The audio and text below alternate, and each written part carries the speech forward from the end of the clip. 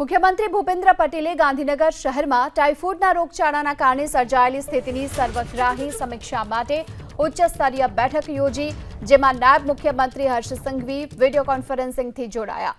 આ બેઠકમાં મુખ્યમંત્રીએ દર્દીઓની સારવાર, રોગ નિયંત્રણ અને નિવારણ માટેના પગલાઓ વધુ સઘન બનાવવાના દિશાનિર્દેશ આપ્યા છે। ગાંધીનગર મનપા કમિશનરે રોગચાળાના નિયંત્રણ માટે મહાનગરપાલિકાના આરોગ્ય વિભાગના સંકલનમાં રહીને થઈ રહેલી આ કામગીરીની વિગતો મુખ્યમંત્રીને આપી। તેમણે કહ્યું કે હવે કેસોમાં ઉત્તરોત્તર ઘટાડો જોવા મળ્યો છે। આ સાથે 85 સર્વેની ટીમ બનાવી અને 1,58,000થી વધુ લોકોનું સર્વેલન્સ કરવામાં આવ્યું। ક્લોરીન ટેબ્લેટ્સ અને ORSના પેકેટ પણ પૂરતા પ્રમાણમાં વિતરણ કરવામાં આવ્યા। આ સાથે જ લીકેજિંગના રિપેરિંગના કામને પણ અગ્રતા આપવામાં આવી છે અને તેનું રિપેરિંગનું કામ પણ હાથ ધરવામાં આવ્યું છે। જો કે મુખ્યમંત્રીએ હાલ તો પાઇપલાઇન અંગેના જે કામો પ્રગતિમાં છે તેની ફિલ્ડ વિઝિટ કરી ગુણવત્તા અને ચોકસાઈ સુનિશ્ચિત કરવા સંબંધિત અધિકારીઓને પણ સૂચના આપી છે।